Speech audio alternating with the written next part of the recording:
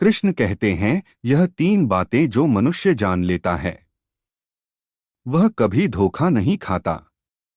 दोस्तों, जीवन में चाहे अकेले रह लेना, लेकिन गलती से भी इन तीन लोगों के ऊपर विश्वास मत करना, क्योंकि यह तीन लोग ऐसे हैं कि यदि आप इनके ऊपर विश्वास करेंगे तो निश्चय ही यह आपके साथ छल कपट करेंगे और आपको धोखा देंगे।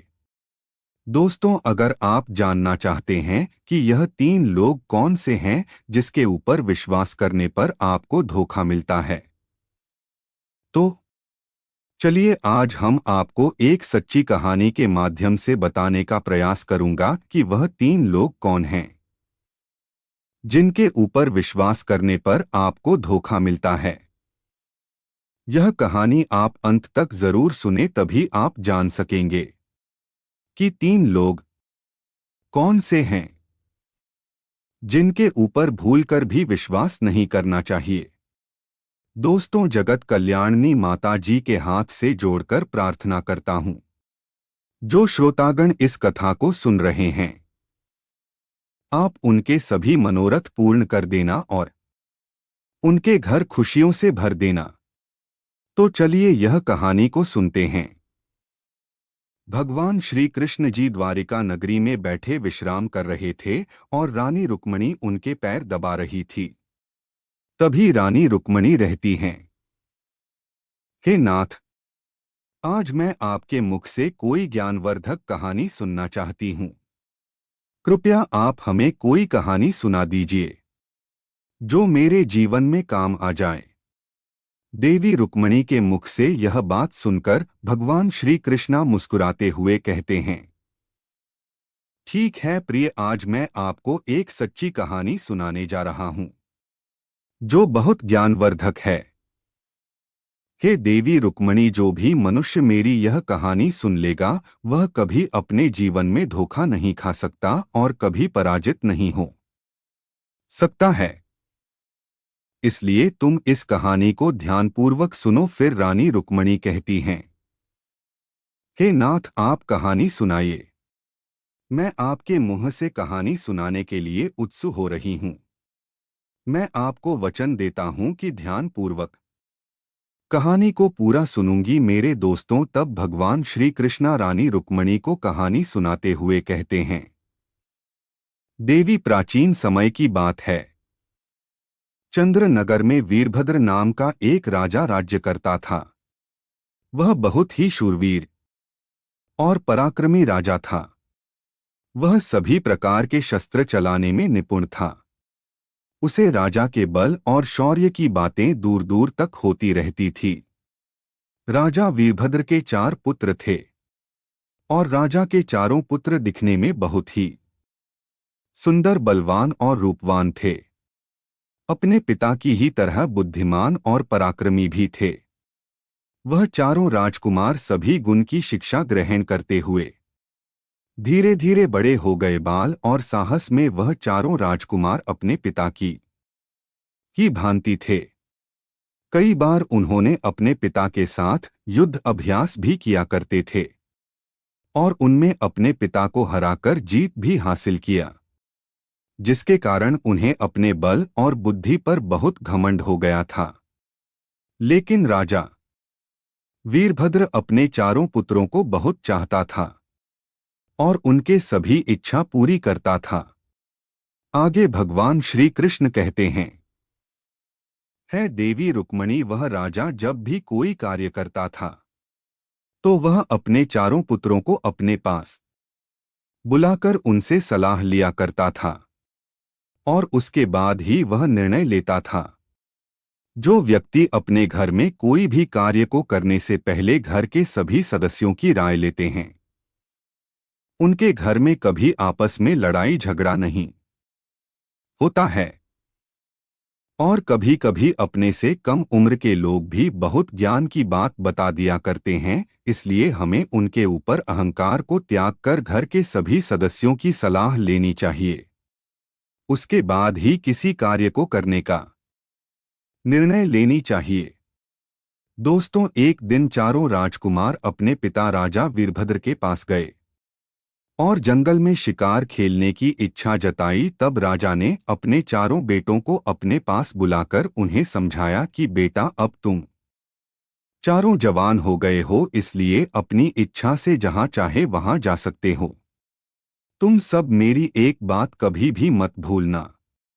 बेटा, आप सब जब भी शिकार करने के लिए जाना तो कभी भी अपने राज्य के पूर्व दिशा में भूल कर भी गलती से भी कभी अपने राज्य के पश्चिम दिशा की ओर मत जाना। आप लोग कभी भी भूल बस भी राज्य के पश्चिम दिशा में चले गए तो आप लोग बहुत ही बड़े संकट में घिर जाओगे। राजा के चारों बेटों ने अपने पिता की बात को बड़े ध्यानपूर्वक सुना और पश्चिम दिशा की ओर न जाने का वचन दिया कि पिताजी, हम आपकी यह बात हमेशा याद रखेंगे। हम भूल से भी कभी राज्य के पश्चिम दिशा में घूमने या शिकार करने के लिए नहीं जाएंगे। अगले दिन चारों राजकुमार अपने अपने घोड़े पर सवार होकर राजा वीरभद्र के पास आते हैं और शिकार पर जाने की अनुमति लेते हैं। राजा के आदेश के अनुसार राज्य की पूर्व वाली दिशा में प्रतिदिन शिकार करने के लिए जाने लगे और वह चारों राजकुमार और राज्य के पश्चिम दिशा में शिकार करने के लिए नहीं जाते थे। इसी प्रकार कई दिन बीत गए। एक दिन जब वह चारों राजकुमार शिकार करने के लिए जंगल में गए हुए थे, लेकिन उन्हें कोई भी शिकार नहीं मिला। वह सारा दिन इधर-उधर शिकार को ढूंढते रहे।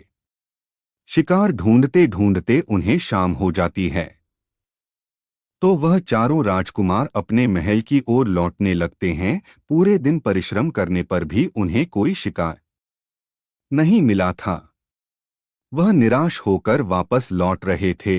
तभी सबसे छोटा राजकुमार, जो स्वभाव से अत्यंत चंचल और होशियार था, उसने अपने बड़े भाई से कहा कि भैया, एक बात मुझे बहुत परेशान कर रही है कि हमारे पिताजी ने हमें राज्य की पश्चिम वाली दिशा में शिकार करने के लिए तो मना कर दिए हैं, तो फिर पिताजी ने हमें राज्य के पश्चिम वाली दिशा में शिकार करने के लिए और उधर जाने से क्यों मना किया है?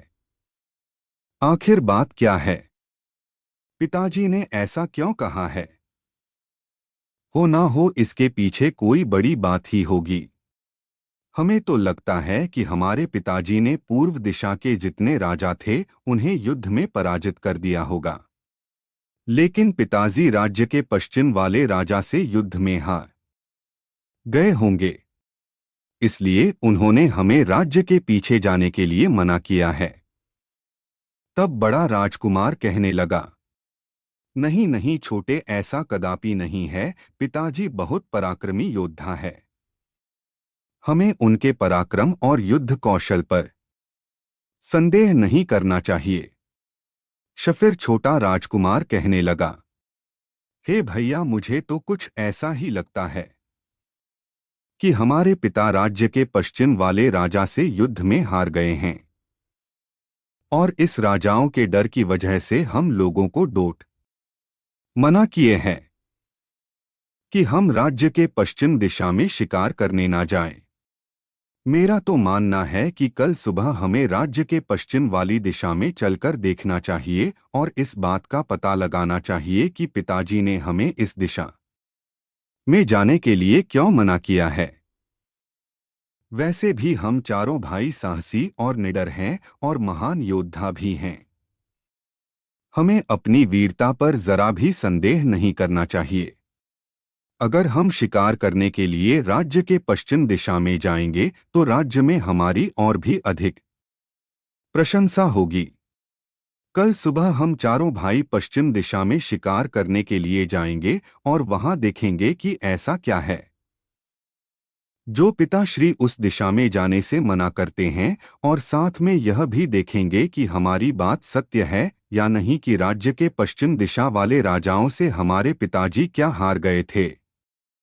प्रिय दोस्तों, आगे की कथा सुनाते हुए भगवान श्री कृष्ण कहते हैं, हे देवी, छोटे राजकुमार की बात सुनकर बड़े राजकुमारों को भी लगने लगा कि शायद हमारे पिता उस राजा से हार गए होंगे। अब तो वह छोटे राजकुमार के कहे अनुसार तीनों बड़े राजकुमार राज्य के पश्चिम वाली दिशा में जाने के लिए तैयार हो गए और कहने लगे, ठीक है भाई, कल सुबह हम चारों पश्चिम दिशा की ओर चलेंगे। यह तय करके वह चारों राजकुमार अपने अपने महल में चले जाते हैं और भोजन करके अपने कक्ष में जाकर आराम करने लगते हैं। और अगले सुबह नींद से जाकर चारों राजकुमार अपने अपने घोड़े पर बैठकर शिकार करने के लिए चलते हैं।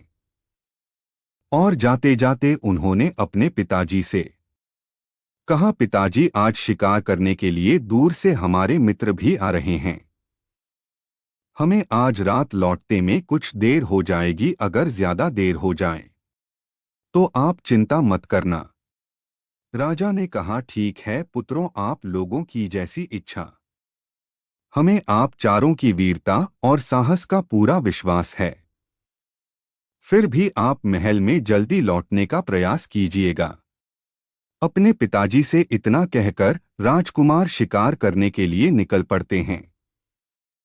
वह चारों राजकुमार राज्य के पूर्व दिशा में ना जाकर राज्य के पश्चिम दिशा में चल दिए और कुछ देर चलने के बाद वह अपने राज्य की सीमा से बाहर निकल गए। सीमा पार करके चारों राजकुमार ने अपने घोड़े और अपने राज्य की सीमा के अंदर ही छोड़ दिए और वह चारों अपना भेष बदलकर आगे बढ़ने लगे। राजकुमारों ने पैदल चलते चलते जंगल में बहुत दूर निकल आए और एक सुनसान स्थान पर जा पहुंचे। उसे घने जंगल में उन्हें दूर दूर तक कोई गांव भी नहीं दिखाई पड़ रहा था।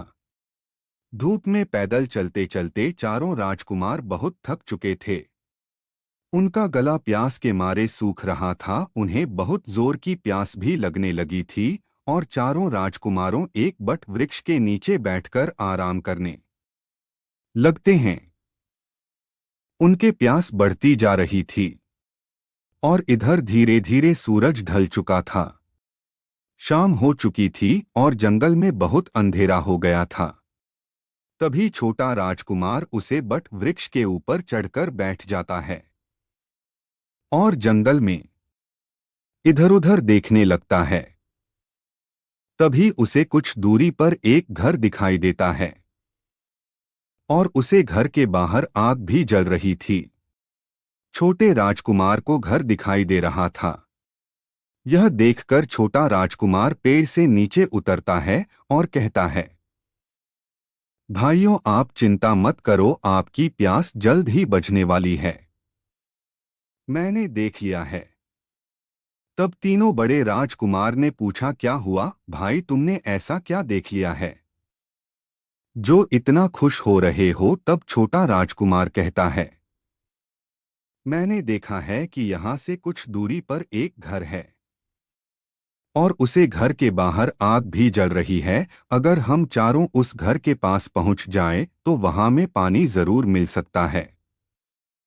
दोस्तों, भगवान श्री कृष्णा देवी रुक्मणी से कहते हैं कि है प्रिय। छोटे राजकुमार के मुख से यह बात सुनकर तीनों राजकुमार बहुत प्रसन्न होते हैं और खुशी से अपने छोटे भाई को गले लगा लेते हैं और चारों उसी जगह पर पहुंच जाते हैं जहां पर वह घर बना हुआ था। उसे घर के बाहर एक कुआं भी दिखाई दे रहा था। कुआं को देखकर चारों भाई मन ही मन बहुत प्रसन्न हुए और सोचने लगे कि अब तो हम खूब सारा पानी पीकर अपनी प्यास बुझाएंगे। दोस्तों, जब उन्होंने कुएं के अंदर झांक कर देखा तो उसे कुएं में पानी तो भरा हुआ था, लेकिन बहुत नीचे थे। कुएं के पास एक बाल्टी भी रखी हुई थी, मगर उसे बाल्टी में रस्सी नहीं थी और वह चारों भाई सोचने लगे कि भाई, पानी तो मिल गया है, लेकिन बिना रस्सी के जल निकाले कैसे? अगर वह जल हम लोगों को नहीं मिला तो प्यास के मारे हमारी मृत्यु यही हो जाएगी। तब सबसे छोटे राजकुमार ने अपने भाइयों से कहा, मैं इस घर में मदद के लिए जाता हूं, शायद हमें इस घर से कोई मदद मिल जाए। इतना कहकर वह राजकुमार घर के पास जाकर आवाज लगाई, अंदर कोई है? यदि अंदर कोई है तो कृपया बाहर आई और हमारी मदद कीजिए, हमें रस्सी दे दीजिए ताकि हम कुएं से पानी निकल सके। हम चारों भाई बहुत प्यासे हैं, अगर हम लोगों को पानी नहीं मिला तो हम प्यास के मारे मर जाएंगे। दोस्तों, राजकुमार की आवाज सुनकर उसे घर के अंदर से एक सुंदर लड़की बाहर आती है। लड़की को देखकर राजकुमार उससे विनती करते हुए कहते हैं, हे सुंदरी, मेरी मदद कीजिए, हम चारों भाई प्यास से व्याकुल है। प्यास के मारे हमारा गला सूख रहा है। मैं आपके पास रस्सी लेने के लिए आया हूं। उसे कुएं के पास बाल्टी तो रखी है, लेकिन उसमें रस्सी नहीं है। अगर आपके घर में रस्सी मिल जाए तो आपका बड़ा उपकार होगा। दोस्तों, राजकुमार के सरल स्वभाव को देखकर वह लड़की राजकुमार पर मोहित हो गई। सोचने लगी, आज तो घर बैठे राजकुमार चलकर आया है, इस खूबसूरत युवक को मैं अपना पति बनाऊंगी। वह लड़की द्वार पर खड़े खड़े उसे देखते ही रह गई। राजकुमार कहता है, हे सुंदरी, तुम किस सोच में पड़ गई हो? अगर आपके पास रस्सी हो तो हमें दे दीजिए। राजकुमार की बात सुनकर वह लड़की कहती है, आप यही द्वार पर रुको, मैं अपनी बड़ी बहन से पूछकर आती हूँ। तब वह सुंदर लड़की अंदर जाती है और अपनी बड़ी बहन से कहती है कि हे बहन, बाहर एक नौजवान युवक का आया है जो देखने में किसी अमीर खानदान का मालूम पड़ता है। उसकी वेशभूषा राजकुमार जैसी मालूम पड़ रही है। वह द्वार पर खड़ा है और रस्सी लेने के लिए आया है। बेचारा प्यास से व्याकुल है। यह सुनकर उसकी बड़ी बहन भी द्वार पर पहुंचती है और उसे राजकुमार को देखते ही राजकुमार से कहती। उससे पहले राजकुमार कहता है कि हे देवी, मेरी मदद कीजिए। यदि आपके घर से हमें रस्सी मिल जाए तो हम कुएं से पानी निकालकर पीने में आसानी हो जाएगी। हम चारों भाई बहुत प्यासे हैं, यदि हमें पानी नहीं मिलेगा तो हम चारों भाई प्यास के मारे मर जाएंगे। कृपया आप हमें रस्सी दो, आपका बहुत उपकार होगा। राजकुमार की बातें सुनकर उसकी बड़ी बहन कहती है कि रस्सी तो आपको हमारे पास मिल जाएगी, लेकिन आप सभी को हमारी एक शर्त मानना पड़ेगा। अगर उस शर्त को आप मान लोगे तो हम आपको रस्सी अवश्य दे देंगे, और रस्सी ही नहीं बल्कि हम स्वयं आपको पानी पिलाएंगे और हमारे घर में भोजन भी है, हम भोजन भी कराएंगे। दोस्तों, आगे भगवान श्री कृष्ण कहते हैं, हे देवी। वह राजकुमार उसे लड़की से कहता है, ठीक है, आप कुछ देर इंतजार करिए, मैं अपने भाइयों से पूछ लेता हूँ, वह जैसा कहेंगे हम वैसा ही करेंगे। फिर वह राजकुमार भगता हुआ अपने तीनों भाइयों के पास पहुंच जाता है और सारी बात उनसे कहता है कि भाइयों, पानी तो पीने के लिए मिल जाएगा, लेकिन उन लड़कियों की कोई शर्त है, हमें वह माननी पड़ेगी। उन्होंने कहा, अगर आप हमारी शर्त मान लेते हो तो आपको प्यास बुझाने के लिए पानी भी मिलेगा और साथ में खाना भी मिलेगा और विश्राम करने के लिए घर में जगह भी मिलेगी। यह बात सुनकर तीनों राजकुमार सोच में पड़ गए, किंतु उनके पास और कोई रास्ता ही नहीं बचा था। वह चारों राजकुमार को समझ में नहीं आ रहा था। उन सभी ने उस समय पानी पीकर सिर्फ अपनी जान बचाना ही उचित समझा और सभी राजकुमार ने निर्णय लिया कि वह उन लड़कियों की शर्त मान लेंगे। दोस्तों, इस प्रकार अपने तीनों भाइयों से पूछकर वह छोटा भाई एक बार फिर उस घर के द्वार पर उस सुंदर लड़की की बहन के पास आ जाता है और कहने लगता है, हम सभी भाई से मिलकर यह निर्णय लिया है कि हम आपकी सभी शर्त मानने को तैयार हैं, लेकिन हमें जल्दी से पानी पिला दीजिए और यह भी बता दीजिए कि आपकी शर्त क्या है। तब उस लड़की की बड़ी बहन कहती है, हे नवयुवक, हम लोगों की शर्त यह है कि हम चार बहनें हैं और हम चारों बहनें बहुत सुंदर और रूपवान हैं और अभी तक कुंवारी हैं। आज तक हमें तुम्हारे जैसा कोई सुंदर पुरुष नहीं मिला है, इसलिए अब तक हम चारों बहन कुंवारी हैं और तुम चारों भाइयों को हम लोगों से विवाह करना होगा, तभी हम तुम्हें पानी पिलाएंगे और तुम्हें अपने घर में बैठाकर अपने हाथों से स्वादिष्ट खाना भी खिलाएंगे। उस लड़की कि यह सुनकर वह राजकुमार असमंजस में पड़ गया कि यह कैसी शर्त है, हम चारों भाई पिताजी की अनुमति के बिना विवाह कैसे कर सकते हैं। तब वह राजकुमार कहता है, हे सुंदरी, तुम यहीं रुको, मैं अपने भाइयों से पूछकर आता हूँ। वह राजकुमार दोबारा से अपने भाइयों के पास भागते हुए जा पहुंचा। छोटे राजकुमार को इस तरह आते देख सभी परेशान हो गए और पूछा, क्या हुआ अनुज, क्या बात है, तुम इतना परेशान क्यों हो रहे हो। फिर वह राजकुमार उसे लड़की के साथ के बारे में बताता है कि भ्राता श्री, इस रूपवान लड़की की 3 बहनें हैं। अगर हम चारों उन चारों लड़कियों से विवाह कर लेते हैं तो हमें पानी पल मिल सकता है, नहीं तो हमें प्यास ही मरना पड़ेगा। उसे लड़की ने कहा है कि अगर हम उसकी बात मान लेंगे तो हमें पीने के लिए पानी भी मिलेगा और साथ में खाने के लिए स्वादिष्ट खाना भी मिलेगा और आराम करने के लिए घर भी मिलेगा। और यदि हम सब ने उनकी यह शर्त नहीं मानी तो वह हमें पीने के लिए पानी नहीं देंगे। तभी एक राजकुमार ने कहा कि हम उनसे विवाह कैसे कर सकते हैं, हम तो उन्हें जानते भी नहीं। अगर हम उनसे विवाह कर लेंगे तो हमारे पिताजी नाराज हो जाएंगे, वह हमें कठोर दंड देंगे और हमें राज्य से बाहर निकाल देंगे। पिताजी हम सबका विवाह किसी बड़े घर राजघराने की राजकुमारी के साथ करना चाहते हैं। यदि हम सब ने पिताजी के मर्जी के खिलाफ विवाह कर लिया तो सारे राज्य से उनका अपमान होगा। तब बड़ा राजकुमार कहने लगा, सुनो भाइयों, अगर हम जीवित बच पाएंगे तभी तो हमारे पिता हम लोगों का विवाह कर पाएंगे। अगर हाँ, आप लोग भूल गए हैं कि हम तीनों पानी के नहीं मिलने से हमारे प्राण भी जा सकते हैं और जो होगा देखा जाएगा। पहले पानी पी करके प्यास बुझाते हैं, उसके बाद देखते हैं कि पिताजी को क्या कहना है। और वैसे भी हम राजकुमार हैं, एक राजा के पुत्र हैं, हम एक नहीं कई विवाह कर सकते हैं, इसमें कोई समस्या की बात नहीं है। इसलिए पहले यहाँ इसे विवाह कर लेते हैं और पानी पीकर के अपनी जान बचाते हैं। वह चारों राजकुमार उस लड़की की शर्त मान लेते हैं और चारों राजकुमार उस लड़की के घर जा पहुँचते हैं और उन चारों लड़कियों से कहते हैं कि हमें आप लोगों की शर्त स्वीकार है और आप हमें जल्दी से पानी पिला दो, हमारा प्यास गला से सूख रहा है। यह सुनकर चारों बहनें खुश हो जाती हैं और उन चारों राजकुमार को पानी लाकर देती है और उनके लिए तरह तरह के स्वादिष्ट व्यंजन बनती है और राजकुमार को अपने हाथ से खाना खिलाती है। खाना खिलाने के बाद बड़ी लड़की राजकुमारों से कहती है कि अब हमें विवाह की तैयारी कर लेते हैं, तब तक आप चारों विवाह के लिए तैयार हो जाइए। जब चारों राजकुमार पानी पी लेते हैं और भोजन कर लेते हैं तो उनमें से मझला राजकुमार ने अपने भाइयों से कहा, यदि हम इनकी शर्त स्वीकार न करें तो यह हमारा क्या कर सकती हैं।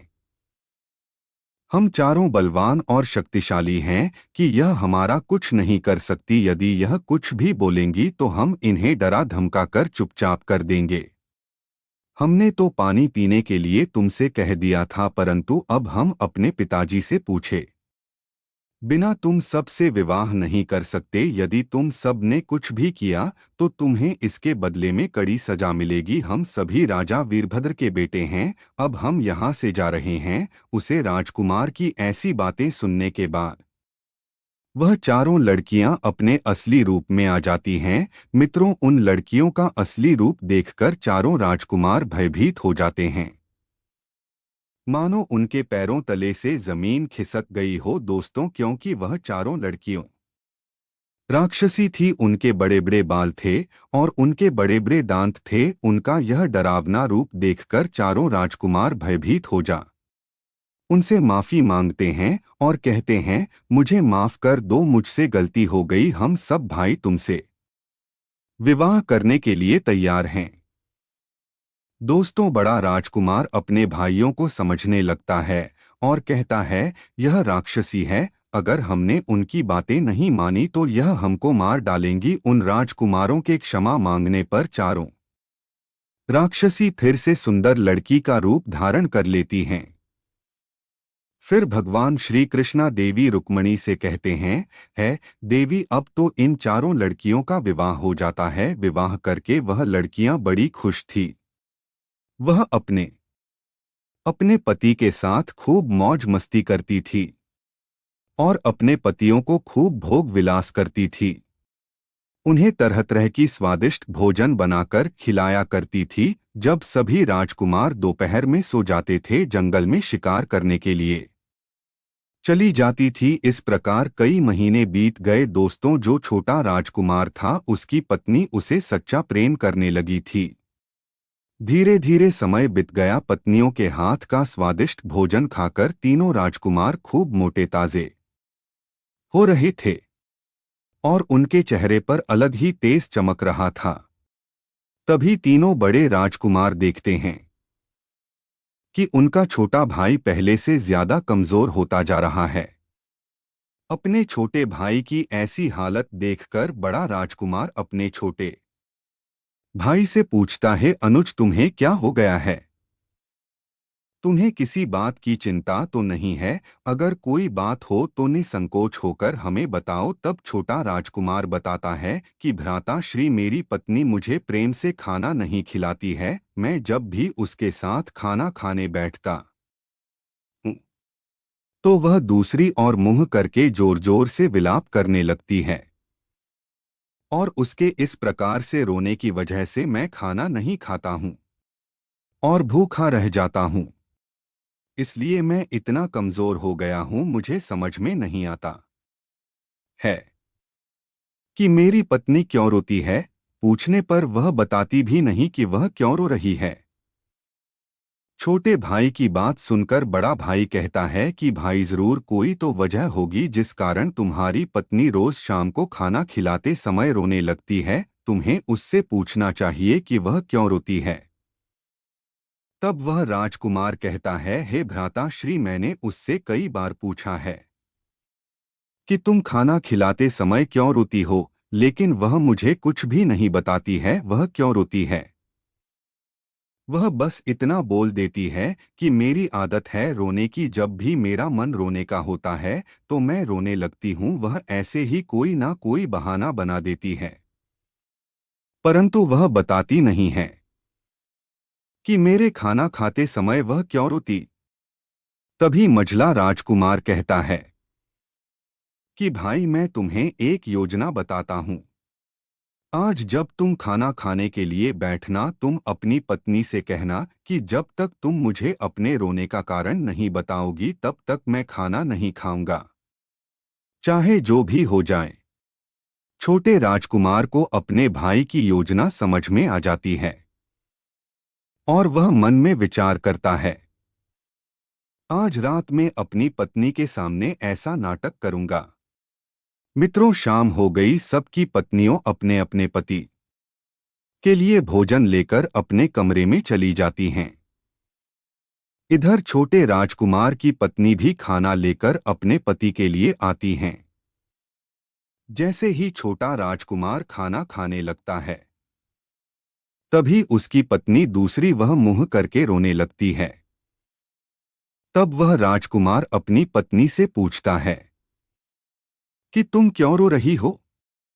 आज तुम्हें सच बताना ही होगा। तब उसकी पत्नी कहती है, आप खाना खा लीजिए, मेरी तो रोज की आदत है। मेरा जब भी मन होता है मैं थोड़ा रो लेती हूँ। लेकिन वह छोटा राजकुमार समझ रहा था यह पत्नी मुझे झूठ बोल रही है। वह राजकुमार अपनी पत्नी से कहने लगा, जब तक तुम मुझे सच नहीं बताओगी मैं भोजन नहीं करूंगा, चाहे मेरे प्राण ही क्यों ना निकल जाएं। अपने पति के मुख से ऐसा शब्द सुनकर वह लड़की डर गई और उसने घबराकर कहा, आप तो मेरे पति हैं। मैं आपसे बेहद प्रेम करती हूँ। यदि आपको कुछ भी हो गया तो मैं कैसे रहूंगी? मेरा क्या होगा? तब वह राजकुमार कहता है कि तुम मुझसे इतना प्रेम करती हो तो मुझे सच क्यों नहीं बता देती हो? फिर वह लड़की कहती है, ठीक है, मैं अपने रोने का कारण आपको बता देती हूँ। आगे भगवान श्री कृष्ण कहते हैं, हे देवी रुक्मणी। वह लड़की रोने का कारण बताते हुए कहती है है पतिदेव, मेरी जो बहनें हैं यह एक राक्षसी है और मैं भी एक राक्षसी ही हूं, किंतु मुझ में और उनमें बहुत अंतर है। मेरी बहनें रोज जंगल में जाती हैं और वहां जंगली जानवरों को मारकर उनका मांस खाती हैं और अपना पेट भरती हैं। मैं तो इस बात को लेकर हमेशा चिंतित रहती हूं कि जिस दिन उन्हें जंगल में किसी जानवर का मांस नहीं मिलेगा, उसे दिन वह आपके भाइयों को मार कर खा लेंगी और आपके तीनों भाई बिना किसी अपराध के मारे जाएंगे। मुझे पता है कि आप अपने भाइयों को बहुत प्रेम करते हैं। यह देखकर आपको बहुत बुरा लगेगा और बदला लेने के लिए आप उन पर वार करेंगे और उनके हाथों मारे जाएंगे। मैं नहीं चाहती हूं कि ऐसा कुछ हो, क्योंकि मैं आपसे बहुत प्रेम करती हूं। परंतु मेरी जो तीनों बहनें हैं वह किसी से सच्चा प्रेम नहीं करती है। उन्हें जिस दिन अपनी भूख मिटाने के लिए भोजन नहीं मिलेगा, उसे दिन वह अपने पति को मारकर अपना भोजन बना लेंगी। इसी बात को सोचकर मैं बड़ी चिंतित रहती हूँ और शाम को आपको देखकर मेरी आंखों में आंसू निकलने लगती है कि कहीं मेरी बहनों के कारण मुझे आपसे दूर ना होना पड़े। अपनी पत्नी की सारी बात सुनकर राजकुमारी दुखी हो जाता है और अपनी पत्नी से कहता है, प्रिय, इसका मतलब है कि हमारे भाइयों के प्राण संकट में हैं और कभी भी उनकी पत्नियों उन्हें अपना भोजन बन सकती हैं। क्या तुम्हारी बहनों से बचने का कोई रास्ता नहीं? तब उसकी पत्नी रहती है कि मैं आपको और आपके भाइयों को बहनों से बचा सकती हूं, लेकिन इसके बदले में तुम्हें मेरी एक शर्त माननी पड़ेगी। यदि आप मेरी शर्त मान लगे तो मैं आप चारों राजकुमार को अपनी बहनों के हाथों मरने से बचा लूंगी। अपनी पत्नी की यह बात सुनकर राजकुमार कहता है, ठीक है, मैं अपने भाइयों से पूछ कर आता हूं कि क्या वे तुम्हारी शर्त मान लेते हैं, तो मैं तुम्हें आकर बताता हूं। इतना कहकर राजकुमार अपने भाइयों के पास जा पहुंचा और उनसे सारी सच्चाई बताता है। यह सुनकर तीनों राजकुमार डर से कांपने लगे और आगे राजकुमार ने कहा, भैया, जिस दिन आपकी पत्नियों को जंगल में भोजन नहीं मिलेगा, उसे दिन आपकी पत्नियां आप सभी को मारकर खा लेंगी और हम सभी का जीवन संकट में है।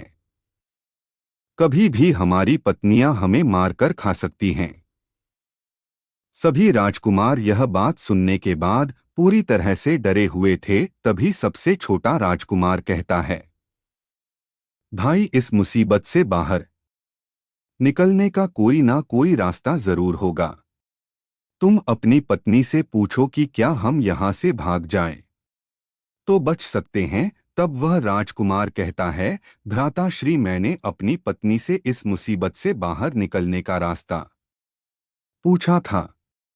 उसने कहा है कि वह हम सब भाइयों को एक शर्त पर बचा सकती हैं। जब हम उसकी शर्त को मानेंगे तो अन्यथा वह हमारी कोई मदद नहीं करेगी। अपने छोटे भाई की बात समूहकर महिला राजकुमार उसे पर क्रोधित हो गया और बोला, उसे दिन भी तू एक शर्त लेकर आया था और तेरी उसे शर्त के कारण आज हम सभी भाई इतनी बड़ी मुसीबत में फंस गए हैं और फिर से एक शर्त लेकर आया है। जाकर अपनी पत्नी से कह दे कि हमें उसकी कोई शर्त नहीं मानेंगे, जो करना है कर ले। तब बड़ा राजकुमार सबको समझाते हुए कहता है, अरे भाइयों, यह समय आपस में लड़ाई झगड़ा करने का नहीं है। इस समय हम बहुत बड़े संकट से घिरे हुए हैं। हमारे पास सपना जान बचाने का एक ही रास्ता है। हम सभी उसकी शर्त मान लेना चाहिए। सबकी सहमति पाकर छोटा राजकुमार अपने पत्नी के पास जाता है और उदास मन से बैठ जाता है और पत्नी से कहता है, हम सभी भाई तुम्हारी सब करने के लिए तैयार हैं। अब तुम हमें बताओ कि हमें क्या करना होगा और तुम्हारी शर्त क्या है। मित्रों, भगवान श्री कृष्ण कहते हैं हे देवी रुक्मणी, छोटे राजकुमार की पत्नी कहती है कि मेरी बस एक ही शर्त है कि आप हमेशा मेरा साथ देना और मैं आपके साथ पूरा जीवन आपकी पत्नी बनकर बिताना चाहती हूँ। और बदले में आपको मेरे प्राण भी बचाने होंगे, यही मेरी शर्त है। अपनी पत्नी की बात सुनकर वह राजकुमार कहता है कि अगर तुम हमारे प्राण बचा रही हो और अपनी बहनों से धोखा कर रही हो तो हम तुम्हारे प्राण अवश्य बचाएंगे। तुम बताओ हमें क्या करना होगा। दोस्तों, अब छोटे राजकुमार की पत्नी उसे बचकर भागने की योजना बताती है और कहती है कि जब हम चारों बहन जंगल से शिकार करने जाते हैं, इस समय तुम सभी भाई अपने आप को घायल कर लेना और घर के सामान तोड़-फोड़ कर देना, और उसके बाद जब हम सभी बहनें शाम को शिकार से वापस लौट कर आए तो उनसे पूछने पर बोल देना कि तुम सबके जाने के बाद यहाँ कुछ लुटेरे आए थे, उनके हाथों में हथियार थे, वह सारा सामान लूट कर ले गए और हम सबको घायल कर दिया। हमने उनसे युद्ध किया किंतु वे सभी संख्या में ज्यादा थे और हमें पराजित करके भाग गए। फिर उसके बाद मेरी बहाने आपसे पूछेंगी आप क्या चाहते हो, तब आपको बोलना है कि हमें अपने हवा से तेज दौड़ने वाले घोड़े दे दीजिए, हम उन सभी से बदला लेना चाहते हैं और उन्हें पढ़कर आप सभी का शिकार बनाएंगे। यह कहकर मेरी बहाने वह अपना घोड़ा तुम्हें दे देंगी और तुम सभी उसे पर बैठकर अपने राज्य को भाग जाना। तब छोटा राजकुमार कहता है वह हमें दोबारा पकड़ लेंगी तो।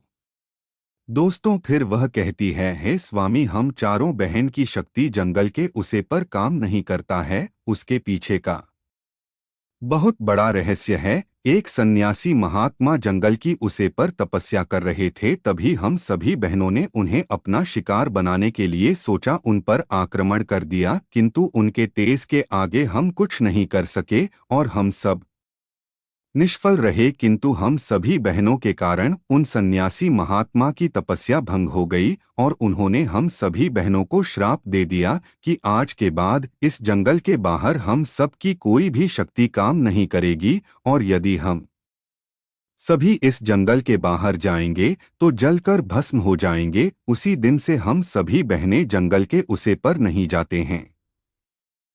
फिर वह अपने पति से कहती है कि अगर आप सभी ने एक बार इस जंगल को पार कर लिया तो मेरी बहन आपका कुछ नहीं कर सकती हैं और आपके प्राण बच जाएंगे। राजकुमार को अपनी पत्नी की बात समझ में आ गई, वह तुरंत अपने भाइयों के पास गया और उनको सारी योजना बताई किस प्रकार हमें अपने प्राण बचाकर यहाँ से भागना है। अब तो चारों राजकुमार पूरी योजना को समझ गए थे। अगले दिन ठीक वैसा ही किया जैसे छोटे राजकुमार की पत्नी ने बताया था, तो अपने पति को घायल अवस्था में देखकर वह पूछती है कि आपकी ऐसी हालत किसने की है इस जंगल में? ऐसी किसकी हिम्मत है जो हमारे पति के साथ ऐसा करें?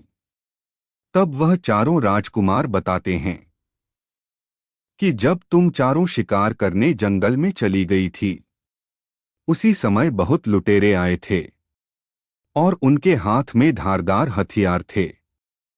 उन्होंने हम सभी पर अचानक से हमला कर दिया और घायल कर दिया, घर का सारा सामान इधर-उधर फेंक दिया और हमने उन्हें पकड़ने की कोशिश की लेकिन उनके घोड़े बहुत तेज दौड़ रहे थे और हम कुछ भी नहीं कर सके। यह सुनकर उनकी पत्नियों गुस्से में लाल हो गई और बोली, इस जंगल में किसकी हिम्मत हो गई है जो हमारे घर के आकर हमारे पति को मार पिट पूछने लगी की है? पतिदेव बताइए हम आपके लिए क्या कर सकते हैं? अगर आप कहें तो हम उल्लू तेरे को मारकर आपके सामने आपके चरणों में लाकर रख सकते हैं। तब वह राजकुमार अपनी पत्नी से कहते हैं, नहीं प्रिया, आप एक स्त्री हो, अगर मैं शत्रु से बदला लेने के लिए तुम्हें भेज दिया तो इससे हमारी बदनामी होगी। सब कहेंगे कि यह राजकुमार कितने दुर्बल और कमजोर हैं जो अपना बदला लेने के लिए अपनी पत्नियों को भेज रहे हैं। इसलिए तुम सब उनके पास न जाओ। यदि तुम मेरी सहायता करना चाहती हो तो तुम अपने हवा से भी तेज दौड़ने वाले घोड़े दे दो ताकि हम उन्हें आसानी से पकड़ सके और उन्हें कड़ी से कड़ी सजा दें। आगे की कथा भगवान श्री कृष्ण कहते हैं देवी रुक्मणी वे चारों बहन आपस में विचार करती हैं कि हमारे पति ठीक ही कह रहे हैं, हम उन्हें कल सुबह अपने अपने और घोड़े सौंप देंगे। यह सुनकर तीनों राजकुमार बहुत खुश हो जाते हैं, लेकिन छोटा राजकुमार इस बात से दुखी था कि पता नहीं वह अपनी पत्नी से किया हुआ वादा पूरा कर पाएगा या नहीं। मित्रों, यही सोचते हुए सो जाता है।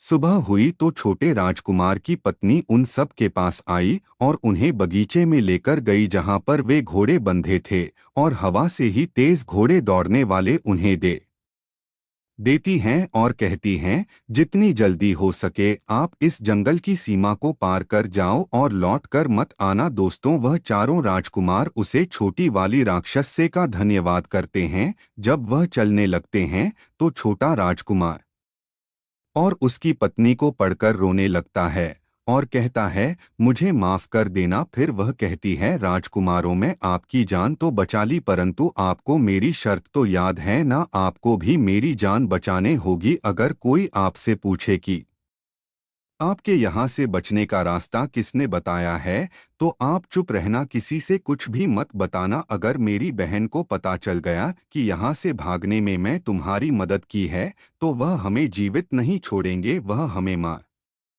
डालेंगे। इतना कहने के बाद राक्षसी अपने घर के अंदर चली जाती हैं और वह राजकुमार अपने घोड़े पर बैठकर उन्हें भागते हुए शाम तक जंगल की सीमा पार कर जाते हैं। इधर धीरे धीरे शाम होने लगी। वे सभी राक्षसी अपने पति के आने की राह देख रही थी। जब उनके पति नहीं आए तो वह जंगल में उन्हें खोजने के लिए जाती हैं। तभी उनकी नज़र उन राजकुमारों पर पड़ती है। तब तक बहुत देर हो चुकी थी। वह चारों जंगल की सीमा की उसे पर निकल जाते हैं। उन्हें भागता हुआ देखकर वह तीनों राक्षसी क्रोध में आ जाती है और ऊंचे स्वर में रहती है, राजकुमारों, अब तो आप बच गए हो, अब हम आपका कुछ नहीं बिगाड़ सकते, परंतु जाते हमें एक बात बता दीजिए कि यहाँ से भागने का मार्ग आपको किसने दिया था? आपको यह रस किसने बताया था कि जंगल की सीमा के पार हमारी शक्ति काम नहीं करती है, हम जंगल के पार नहीं जा सकते हैं? दोस्तों, उन चार